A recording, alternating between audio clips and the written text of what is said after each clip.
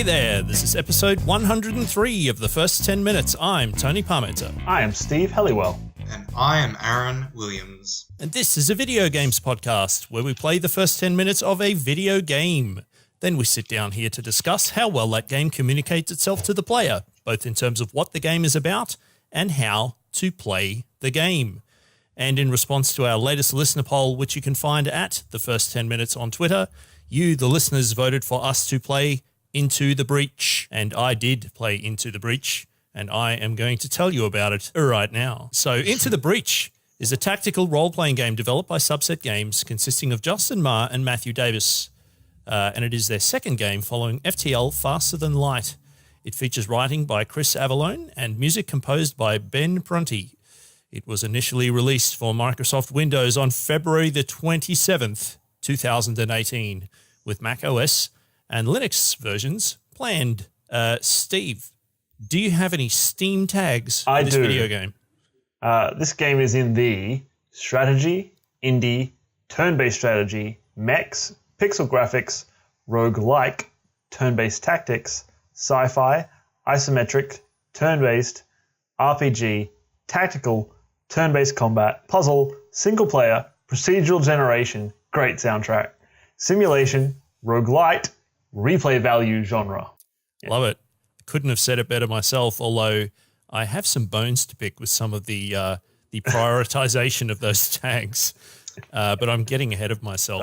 I've forgotten how this starts. So Into the Breach starts with a menu screen, but I'm not going to go into too much detail there, other than to say that the background here features a silhouetted mech and a silhouetted figure wearing a cloak standing in the foreground overlooking a completely ruined cityscape. And when the game commences, we get a little bit of lore presented through little cameos and little dialogue pop-ups, but they're quite brief and they're quite to the point. Who's in the cameo? So we get a little cameo image of a camera, like a spy camera kind of thing, and it says AI unit, humanity destroyed. And the top of the mech has a little kind of like radio transmission flash above it. Yep. It says Vec threat, unstoppable. This is mission failed. And then the character, the silhouetted cloak wearing character, has the little transmission icon above their head. This character's name is Ralph, and Ralph says, open a breach. Time to go back and try again. So then we're taken to the game setup screen. I have a little section called Time Traveler, where I can see Ralph Carrison, who is the character just speaking. The hangar bay that I can see in the isometric perspective in the background has 3 mechs standing on little launch platforms. And then I select the Start Game button, and I am exposed for the first time into just how embedded the UI and the backgrounds are here. Because when I click the Start Game button, all of the UI overlays disappear, and then the 3 sort of little hatches underneath the 3 mechs open up one at a time, and the 3 mechs drop off of screen. And then there's a bit of a whip pan straight downwards, which takes me straight to the kind of the overworld map of the game. Okay, so I can see 4 islands floating in the ocean. 3 of them, it tells me, are unavailable. 1 of them is available. And above this again, Ralph... a little cameo image appears, and Ralph says, these corporate islands are the Vex breeding ground. Wipe them out here, we save the world. When I mouse over the 1 non-unavailable islands, it tells me that this island is Archive Incorporated. This museum island recreates old Earth as it was before the oceans rose and nearly wiped out humanity. The CEO of this corporation is Dewey Alms, and the environment is temperate. So when I click on the island, it does, again, a very swift, very smooth transition, sort of zooming into the island. The island is broken into subsections. One of them is green, which tells me is the corporate headquarters. 2 of the adjacent areas are in red.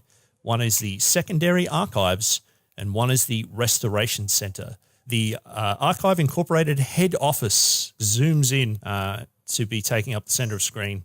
And Julie Arms tells me the bad news is that the Vec are overrunning our island, putting refugees and historical artifacts at risk. The The good news is we have old Earth military artifacts that can help in the fight. It then tells me, the game then tells me that I can play the combat simulation. There is a combat simulation available to get new commanders up to speed with mechanized combat. Would you like to launch the simulation? I can accept, I can decline, or I can tell all future tutorials to fuck right off. So I accepted the combat simulation so that the game can teach me how to play the game. Now, I'm going to show my cards real quick here, gentlemen. This game probably has one of the smoothest and least interruptive tutorial ramps of anything I can recall playing. Okay. Right on. Everything that this game teaches me, it teaches me just in time for it to be relevant. And it only shows me the information that I need to know to learn the next thing that I need to know to slowly build up my knowledge base. Okay, so it tells me the simulation has started. We have this isometric presentation of a world grid. There are mountains, there are plains, there are high-rise buildings, there are water tiles, and this grid is 8x8. Does anyone else know any sort of tactical game that's maybe been around for a few thousand years that runs on an 8x8 grid? Advance Wars? Mario and Rabbids. This has the same number of grid spaces as a chessboard. Checkers. Yep, checkers. I don't think this is. Checkers. I don't think the thinking person's game. God damn it! I don't think this is a coincidence. Anyway, what I can very soon see here is that there is some kind of bug which is about the size of a high-rise building, or about half the size of a mountain. It's outlined in red. It clearly has 3 hit points. The entire background floating around this isometric grid goes a shade of red, which it does every time it is the enemy taking action. And the game tells me warning enemy activity. I encourage everyone to go to our YouTube channel and actually watch this video. The UI layout around the corners of the screen here is very intelligently done.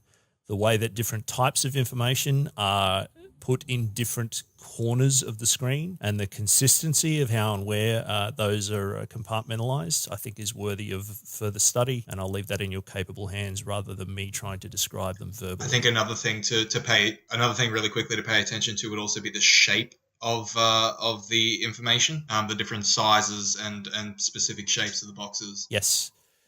Okay, so I can see that this bug has targeted a particular high-rise building. This is reinforced in a number of ways. There's a red dotted line heading to it. The square underneath the building is red hatched. The building says help ! And a giant red threatened appears above it, pointing to it.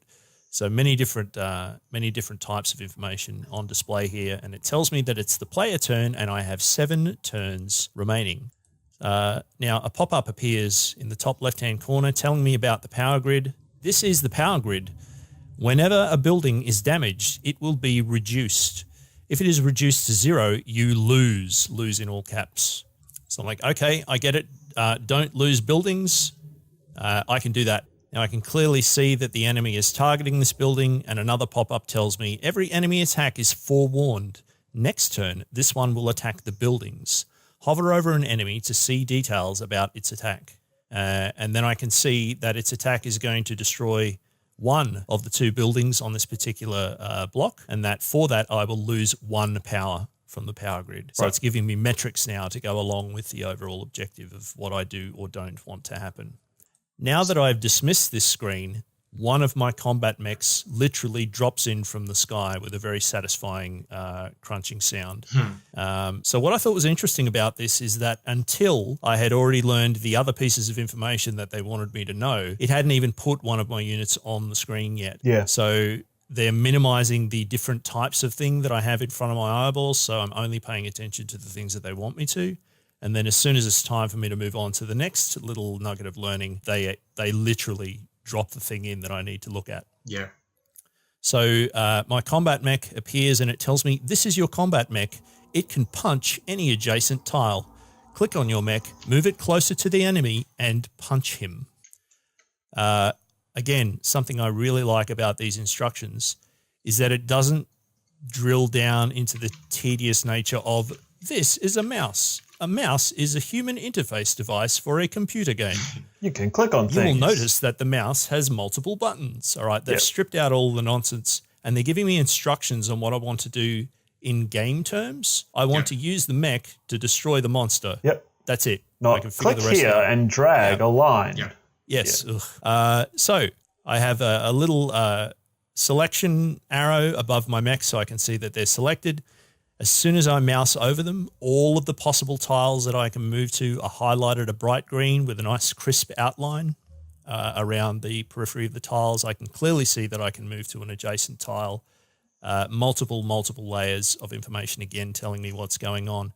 When I click on the mech, it ghosts out, and the fully opaque version, highlighted green, is now directly under my mouse cursor. I get a little pair of walkie feet underneath the mouse cursor so I can see that it's a move action. And I get a big, bright green line showing me the tiles that my move is going to move through. So again, multiple layers, all reinforcing the one message. I click, there's a little dust puff. Another tooltip appears that tells me weapon use. Click on a weapon to use it. The number keys will also work as a shortcut. You may not move after you've shot a weapon. I like that they invited me to move and showed me how moving works before they even allow me to do an attack or even show me the button exists at all. Yeah, just setting up the expected flow of behavior and then just be like, by the way, you should just always do this. I know quite clearly that I have to press this button and punch the thing. So when I mouse over the button, it shows me highlighted in orange all of the tiles that I might be able to attack with that button. And those are the 4 cardinal direction tiles around the mech. When I click on it to say, yo, I'm going to do this now, all of those tiles, instead of being a dull orange, go to a bright orange. And I can see that this monster is on one of the tiles that I need to. And then when I mouse over it, it actually shows me what the move is going to result in. I can see that it's going to do 2 damage of 3 hit points. And I can see from a bright yellow arrow that the monster is also going to be pushed back 1 tile when I hit it. Okay. So I do so, and I get a lot of very juicy response in terms of a nice sound effect and a nice puff of smoke. The enemy gets pushed back, and then a tooltip appears telling me, pushing enemies. Your mech's punch pushed this unit. It will now attack a new location. Pushes can save buildings from enemy attacks or even make enemies attack each other. And I can now see the dotted line is still facing in the same direction, but now that it's shifted 1 tile over, it's now targeting an adjacent mountain instead of the high-rise buildings. Right. Again, I super duper love that it tells me what I just did means rather than explaining what it's going to mean before I do it. Yeah. I guess a similar thing here in that it is set up the situation to kind of hammer home that repositioning things is going to be important in this game rather than just flat out trying to murder things. Yes, it's not just important to do damage. It's important to shift positioning and then take advantage of affordances that you can see from being able to shuffle around. Yeah, so letting you know that putting damage on things is important, but moving them out of the way of them causing damage is more important. Like, that's the thing that it wants you to do. And I guess thinking longer term here, the game hasn't taught me this yet, but pretty soon I'm going to learn that I don't have to kill everything to win. I just have to get through all of the turns to win. Yeah. Right. Yep. You just have to survive your 7 turns or whatever it was it told you. Yeah. Well, and that's it, right? The goal of this game is not destroy. The goal of this game appears to be survive. All right. Now, when I click to close this tooltip, I get a larger tooltip that actually dims the rest of the game in the background and appears right in the center of the screen. And this tells me about weapon effects. When aiming a weapon or examining an enemy attack, icons show you exactly what will happen. And then they have 3 examples side by side, 1 for pushing, 1 for damage, and 1 for push plus damage. And all of them include a little animated version of the exact thing happening. So not only do you see an explanation of them, but you literally see the way that the game will show it to you in situ. Yep. The next thing that it tells me is that I have to press the end turn button, which is now flashing in the top left-hand corner to end the turn. When all your mechs have used an action or there is nothing left for your units to do, press this button to end your turn. Now, interestingly, even if you have expended all of your actions, even if there's literally nothing left that you can do in the game, you still have to press the end turn button to end your turn. Yes. I think this is super interesting, but Steve, I'm going to throw this to you. Why is that cool? Not a review. I mean, I think at this stage, it hasn't explained to you maybe why you mechanically want to know that yet. But even without that, you can see that there's benefit to looking at the turn that you've done and being able to predict what's going to happen with your next set of enemy moves. Sort of gives you a time to reflect on what you've done. Beyond that, mechanically, there are a couple of reasons why you need to confirm that you're ready for the enemy to do its thing. I don't know if the buttons probably aren't active in your tutorial GUI yet, but there is a reset turn that you can use at some point in the game. I don't know if you'll even get that in 10 minutes. I believe that I do get to it, yes. Okay. But Steve, you just raised a really interesting point here, is just how many elements of the UI aren't there at the beginning. Yeah. And much like the mech getting dropped onto the map, the UI buttons appear when it's teaching you about them. Yeah. Almost like you're in some form of combat simulation. Yeah.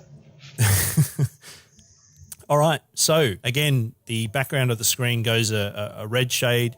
It tells me, again, warning enemy action. So now that it's the enemy turn, I see that it does its attack on the square that was indicated. The mountain kind of cracks and crumbles a little bit. And then over on another part of the screen, one of the ground tiles begins to crack and another creature emerges. Yes. So now I have one mech and there are two monsters. They're both attacking a building that's near them. And I get told that it's a player turn and I have 6 turns remaining. My tank mech drops from the sky and it tells me this is your tank mech, shoots a projectile that travels in a straight line until it hits another object. So the majority of what happens from this point forward is just a reinforcement of all the things that I've already been taught. I understand that I click to select a unit. I understand that I can see where I can move it to. I know that this new unit type has a different method of shooting. It can shoot at range instead of having to be adjacent. Yeah. And it can only do the rook moves or the castle moves, depending on the term you want to use from chess. So I have to move it because it hasn't dropped me in a position where I can just shoot with it straight away, so it's reinforcing movement. So I move, I shoot this new monster that appears. It only has 1 hit point, and the shot does 1 hit point of damage. It gets pushed back a tile, it dies, and I get +1 experience points come floating up out of it. Nice. Yeah, super good. I'm on my way. Then I go, okay, well, I guess I move my mech now. I move it adjacent to the other monster. I punch it. It does 2 hit points. It dies. I get another 3 experience points. The end turn button flashes, and on we go. 3 creatures emerge next. So it seems to be escalating nicely here. 1 monster, 2 monsters, now 3 monsters. These 3 things are targeting, again, a building, and now my mech unit as well. So I have a unit directly under threat instead of just buildings.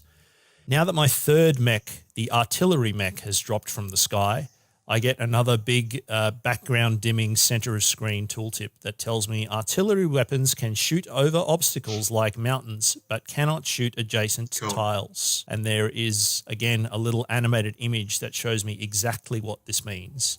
So you lob a piece of artillery, it hits a tile and damages that tile, and then all cardinal adjacent tiles, things in them, will get pushed away by 1 tile. It can still only shoot on the cardinal axes though, right? Yes. Yeah. Correct. Yep. The artillery mech's weapon will only damage units on the center tile, while units on adjacent tiles are pushed.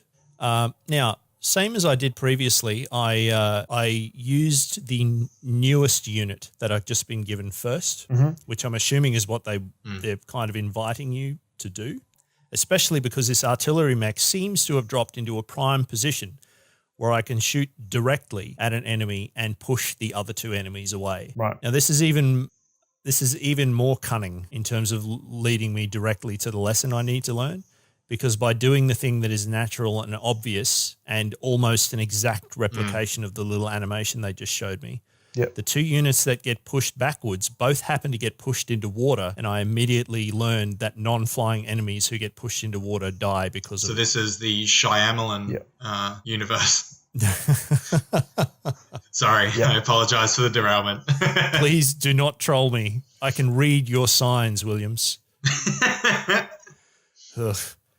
So after I drown these 2 units, a little tooltip tells me This unit fell into the water, killing it instantly. Very nice. Yep. Quite nice. So my 3 foes have now reduced back down to 1, and I have 2 mechs that I can move now. And then I went, no, I'm just going to do the obvious thing. I'm going to punch this. It's got 1 hit point left. What can possibly go wrong? And the answer is nothing goes wrong. You punch it, it pushes back a square, it dies. And then I went, well, should I move the tank? Because there's nothing left to hit. And the realization that it gave me was I don't know what to do when there's nothing obvious to do. Yes. Where should I put this thing? Do I need to put this anywhere? And that's when I went, well, I could just end the turn rather than tying myself in knots. So I cursed over the end turn button and it immediately told me that I had moves remaining. And I went, oh, there's my lesson. Well, I think you got a couple there. You got a little hint that you have not yet been asked really to think about what's going to happen on a future turn. Yes. But you got like a subtle nudge there of like, hey, the tank wasn't useful this time because it was in a bad position. Yep. But with, no consequence. Uh-huh. And you got your other lesson there of it probably wise of you to try and do as much as you can every turn to the point that we're going to throw giant yellow text at your face if you've got unused things. Yes. Now, new enemies appear. Now I'm outnumbered for the first time. Mm-hmm. I have 4 completely undamaged enemies that have all appeared. I only have 3 mechs. And it very, very, very clearly conveys to me 4 things just emerge, but that doesn't mean that's where they are when you get to respond. Yes. They're going to emerge, then they're going to move immediately, and they're going to target things or try and reposition themselves. So there are 2 flying dragonfly-looking things, and there are 2 kind of ant-looking things. And they all move to various parts of the screen to threaten units, to threaten buildings. I actually end up with my combat mech getting hit by 2 things, 1 adjacent and 1 at range. The adjacent one also happens to be over the water and isn't dead because it's flying. So I'm like, oh, flying enemies don't drown. Yep. Clearly. And then I have 2 other buildings being targeted. What I actually ended up doing was I ended up moving the mech into a position where it wouldn't take damage, but I also couldn't hit anything. And that's where I went, oh, no, I fucked up. And that's when I noticed the undo move button. Nice. Yep. And I immediately clicked on it. So is it almost like doing an attack is taking your finger off the chess piece? Kind of, because you can reposition all of your units. Yes. And then undo all of those moves. Yes. As soon as something takes an action, though, you can't undo past that point. Yep. It means that it gives you the space to easily go, well, what would it look like if I put this unit here and this unit here and this one down here? All right, and then actually just see the board instead of trying to visualize it in your mind. Yeah. You can just look at it and get all the information about what it's going to do and then go, actually, that's not that great because this shitty one's still going to hit a building if I do all those moves. Undo, and then try and find a better way to do it. Yeah. So what I ended up doing with this was I ended up deciding, well, I could move it here. I can kill this thing. It's going to destroy a building, but most of the ways that I can leave this turn, it's going to get destroyed anyway, and the enemy isn't going to be dead. So that seemed like a fair trade-off for me. So I punched it into a building. I lost one of the buildings. I lost 1 power from the power grid, but that enemy died, and I got experience points for it. Bonus objective. Missions also have bonus objectives. Completing these will earn you additional resources after the battle. So it's giving me my first little taste of, oh no, things that you do in this mission affect all ongoing missions. Yeah. And from this point, and so on, I make some mistakes. I do some cool things. So as soon as I get to the mission's end, I've accumulated a certain number of experience points from killing different creatures. Congratulations on your first successful mission, Commander. I'm confident in your ability to save the planet after such extensive training. So I get a whole bunch of points for the number of civilians protected from buildings that didn't get killed. Now that I've lost a power from losing a building, it points out damaged power grid. The power grid connects every corporate island. Any damage it takes in missions will persist. The VEC caused damage before you arrived, but there will be opportunities to restore it. So now I'm playing the game kind of for realsies. I have 2 possible missions that I can accept in these sort of adjacent zones in the island. and I get a big window that tells me about mission rewards. Every mission has different potential rewards for completing bonus objectives. You won't be able to do every mission on the island, so choose carefully.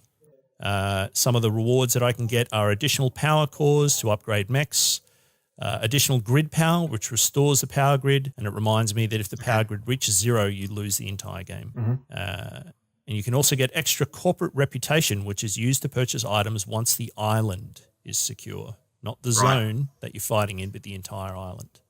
Yeah. So I just kind of clicked on one of them. You get a little preview of what the map's going to look like. And when you click on it, it immediately zooms in and you're playing the game again straight away.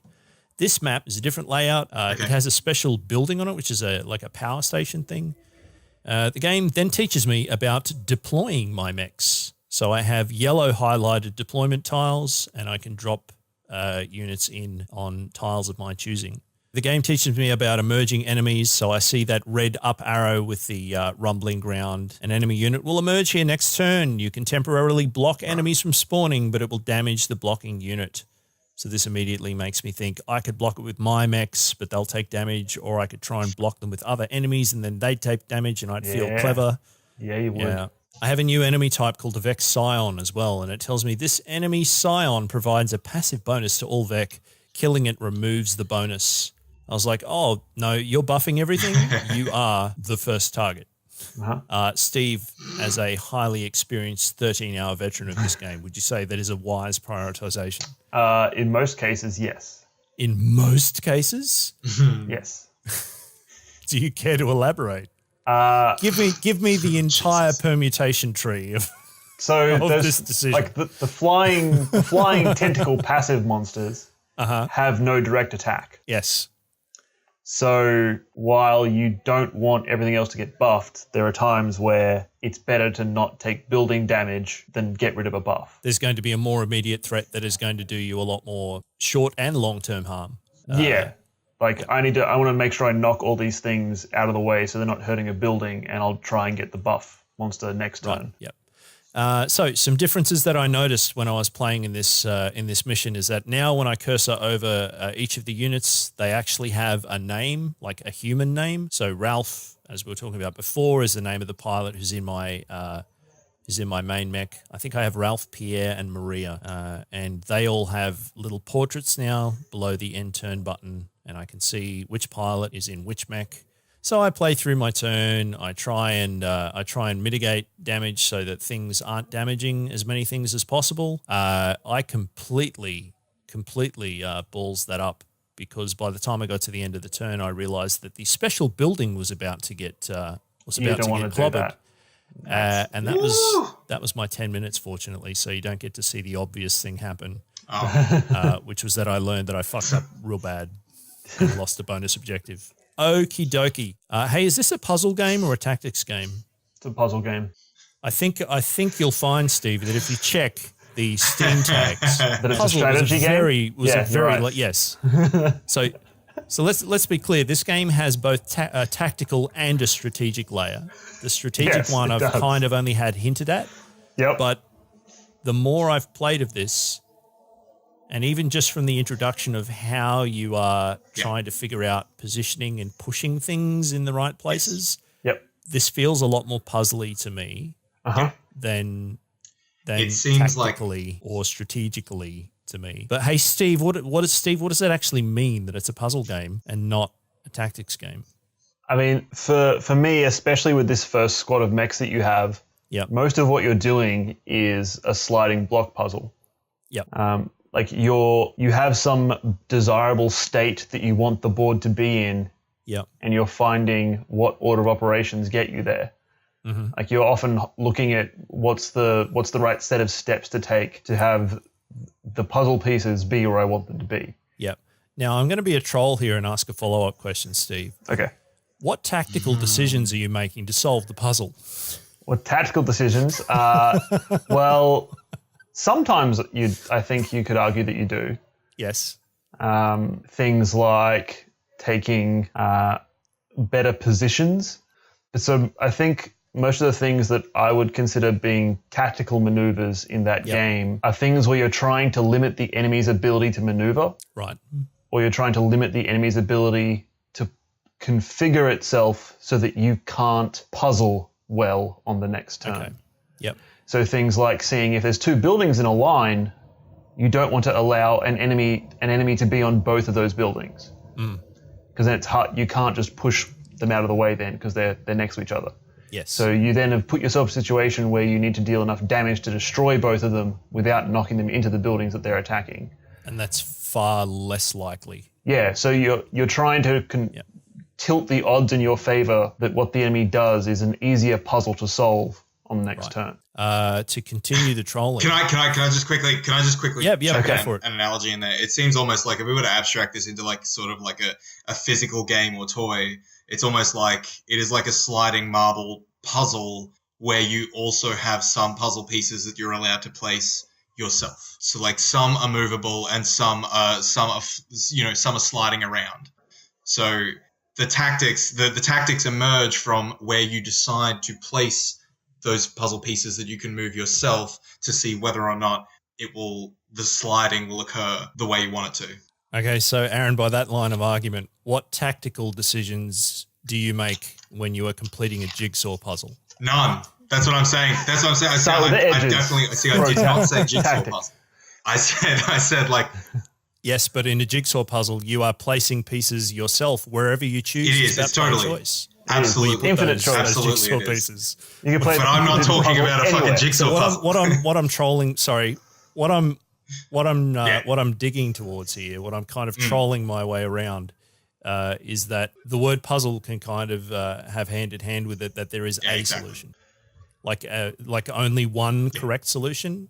I think I can argue with a reasonable amount of conviction that there is only one correct solution to a jigsaw puzzle. Yeah. So is this that kind of puzzle or not? And how does that make it different from a more traditional quote? I can only go from the footage that I've watched, but it would seem to me that there's a point of release with this where you have to just sort of see how things pan out, which is different to a jigsaw puzzle. Like you are the arbiter of consequence with a jigsaw puzzle. Like it all falls to you. Like you place it down and you're like, that's it or that's not. I can see that printed on the box. It's like one arbiter of consequence. A puzzle Number for of one players, arbiter. one bracket arbiter. I do impress myself sometimes, but sorry. I'm sorry, Sally. I can't do this jigsaw with you. It says it's only for one arbiter. I've got this great new role-playing game that I got from the puzzle store. It says we get to be arbiters. Like, oh, what role-playing delights await us in here. So you just bring it over. It's like, fooled you, dickhead. It's a jigsaw. Okay, so the thing that the tutorial didn't seem to hammer you with, it didn't really hammer you with anything, which was wonderful, but yes, it didn't hammer you with power matters the most. Yes. Like, fuck everything else. If we're losing power, we have fucked up. Yes. And it gives you a full power grid on that tutorial as well, so you're not in any imminent danger of being about to lose at any point. Yeah. So it totally upfront tells you most important thing: power goes out, we die. But it doesn't then repeat that lesson that power is the most important, and that your mechs can take damage and it kind of doesn't matter. Your mechs can heal themselves for 1 damage each turn, so you can just stand in front of a monster that's dealing 1 damage and go, nope, heal. For all 7 turns. Yes. It's kind of giving you some hints that you'll be able to get power back. So there might be times where you go, I need to take this power loss for the sake of the run. Right. But generally, your first priority is no power loss. Yeah. And then you're looking at keeping the most mechs alive if you have to take mech damage. Yeah. But then there's like the bit where this game sort of unfolds for me, the things that you haven't really gotten to yet. In 10 minutes, which is fair because they're all the strategic layer stuff of which of my mech abilities is the best for me to upgrade right now. Yep. Who should actually kill this enemy because it'll level up the pilot, and the pilot leveling up gives this mech bonuses. Yes. But I think I think what's impressive here is that they haven't given in to the temptation of telling me any of those things at all, and that feels like a conscious design choice. Yeah, that these things are going to matter, but they're going to matter later. So let's not muddy the waters here. Yes, and I think the thing that is good that works well for me with this game is that it's not just that it has an interesting minute-to-minute loop. Yep. Its second-to-second loop which is most of what you've been taught so far. Is super solid and super satisfying as it is. Yep. And so it can let you sort of muddle around in that for a while you learn what the resource game that you need to be playing is and how you're going to balance these different losses and potential victories to sort of trade between these resources as the game progresses. Yep. And I think that's a perhaps a valuable takeaway here because it's got to start with second to second, Yeah. Because that's the first loop that you're going to hit in any game you play is what am I doing from moment to moment? And if you can't get me on the hook there, then why am I going to move to other longer term loops? Yes. Yep. If this shooting in Destiny was bad, it wouldn't matter what the loot game was. Yep. And that's the way it explained it to you, right? The way that it tutorialized you was solve this puzzle, and then it said, now here's a slightly larger puzzle, and now here's a slightly larger puzzle. Yep. And if we're using those terms, like at the end of that tutorial is where it started going, what if there was a little bit of tactical decisions about how you solve this puzzle? Yeah. Because there are less perfect solutions to this puzzle. Oh, I made that very clear in the video. Yes. All right. I want to jump on something you said there, Steve, because it relates to the only remaining thing that I wanted to bring up. Sure. You have an opportunity to correct mistakes or to fix potential blunders that you might have made. So would you say that this game is a game where every move counts, even though it kind of doesn't? Well, this game is quite interesting in its loop in that you're always in Iron Man mode, which is another thing you haven't necessarily been hit over the head with yet. Every move you're making is being saved, and when you fail, that intro lore comes back. It says open a breach, and you choose one pilot to save to take forward with you. Yes. So you're leveling up one pilot that you can keep saving. And that's the other bit that kind of ties into why ending turn requires an action, even if you've got nothing left to do. Yep. Because if you can choose to just bail at any point and take that one pilot back. So you can look at a board and go, I have messed this up. I'm just going to leave now and take Ralph back with me. Yep. Yes. If something unexpected happens, it's because you didn't hover over the things or you didn't look at what was going to happen closely enough. Yep. They're not trying to hide anything. There's no... Yep, exactly. So that's something that I really appreciated is that all the information is there. There is no hidden information here. You can see exact cause and effect at an immediate, this action equals this result. And I think allowing people to undo their moves, provided you haven't taken an action yet, it doesn't undermine every move counts. It actually reinforces it even more strongly. Yes. Because I think allowing people to go, oh, shit, that was a bad idea, and I can see why, and I've learned that lesson. Please, I wish I could do that again. Oh, I can do that again. And it allows that learning loop to be immediate rather than going, oh, fuck, next time I do this silly thing, I need to remember to blah, blah, blah, blah, blah. And then you're putting a whole bunch of artificial barriers in the way of people going, no, I know what I should have done. Just it's let me a justifiable fairness. Yeah. And I think it also makes a really clear distinction. Yeah, I think it makes a really clear distinction and it further reinforces the way that you need to be thinking about how to play a turn. Yes. Because it's going, once you take an action, there's no more moving, like there's no more move undoing for you. Yeah. So position first, then act. Yeah. It's like it's hammering home in mechanic that contemplative chess kind of mental state that it wants you to take, which is I could do many things. Which of these things is the most beneficial? And then expanding that out to most beneficial this turn, weighed against what I think might happen in future turns, against, do I already have a full power grid so I can take a hit on the power grid but keep my mech alive or whatever it happens to be. The other thing that I find that I only really thought about in hearing you just describe what you were doing is this asymmetry between what players do and what AI does. Yes. It's like they're mirrored of each other, and I hadn't even really thought about that playing the game. Yep. Like I move and shoot, and they shoot and move. is that mirror or that circle being different on either side of it. Yeah. I hadn't even really noticed yet. But that provides you with an opportunity to feel like you have it allows you to feel like you have the initiative when it's your turn to do something, and it makes you feel like you're on the back foot as soon as you've done anything. Yeah, it totally sets up this state where you feel like you kind of always have the upper hand, but you're not in control. Yes. It's a nice feeling that they get out of. It's such a little thing. Mm-hmm. Alrighty. Was there any other stuff that cropped up that you wanted to? I wanted to just quickly talk about, just based on what I've watched of this, the way that its mechanics are sort of interacting with its thematics, because we haven't really talked too much about the thematics of this game. Yes. So visually, what we're seeing is heavily abstracted from the sort of reality that it's trying to project into our minds. So that means that the way that it feels is very important. Acknowledging that feel is a loaded word.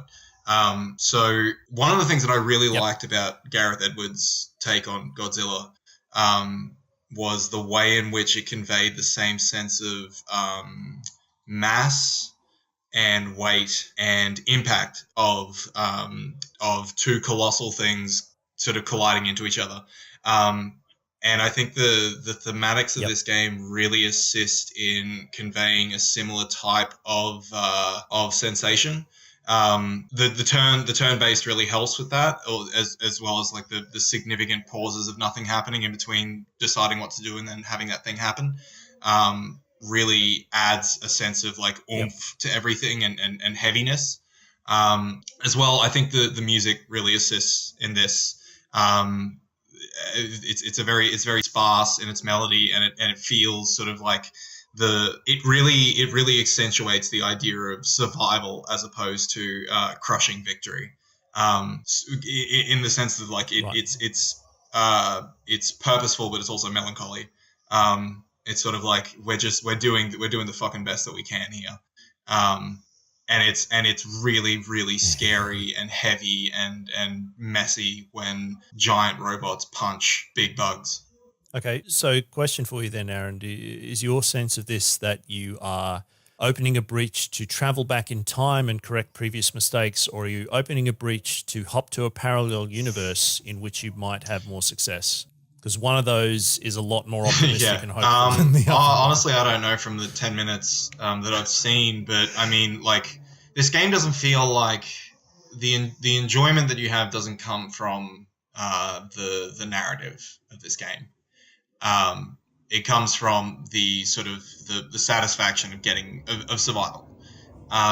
So with that in mind, I would be led to believe that any sort of narrative devices utilized within the plot would be of a similar nature. That it's about just barely scraping through, and maybe that does mean like let's just try this reality. Let's see whether this is the one where we get our shit right. Mm-hmm. Winding back the clock carries with it a similar sort of deeply melancholy weight to it. But only for the person who travels. Yes, only for the person who travels, because they become Sisyphus. And I mean, like either way, I'm not happy. But it is the question of whether or not it is all of reality that's hopping, or whether it's the singular individual.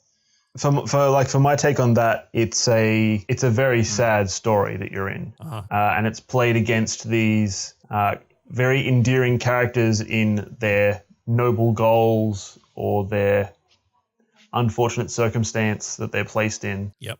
And putting you in the position of, we're here to save all of these people, but with the click of a button, we go, fuck them. Yeah.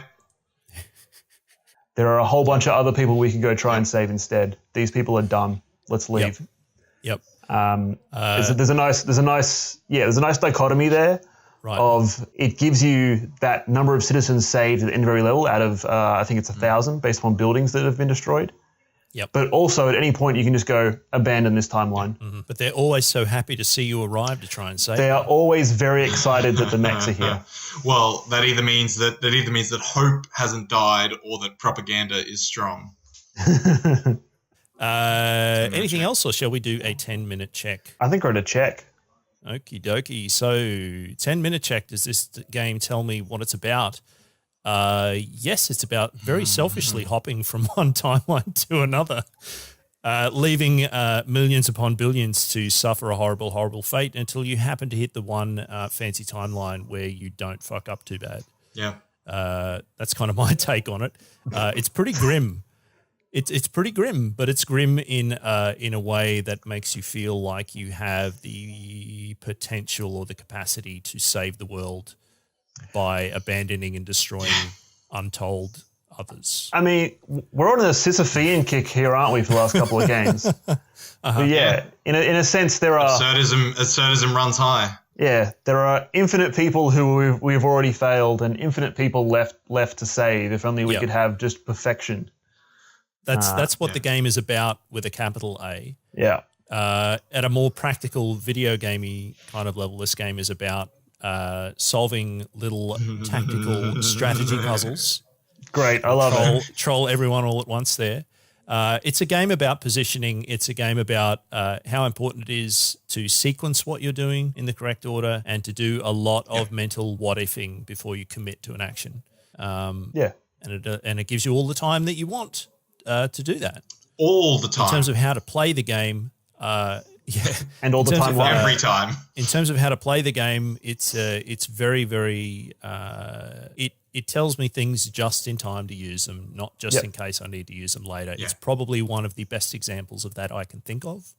Yeah. And they've also put a lot of thought into what form the information is presented to, so that it only has extra information if it needs that extra information to make the point clear. Yeah. And it's slick and smooth, and it moves me through everything swiftly. There's no waiting around or twiddling of thumbs. It's rather good, and that's all I have to say about that. Okay. So before we jump to the hot plugs, Springsteen approaches tonight with an apology. He's been in the process of moving house. Which Springsteen, being the blue collar working class hero that he is, did all of the moving himself, and has been a little too busy to be at the old pen and paper.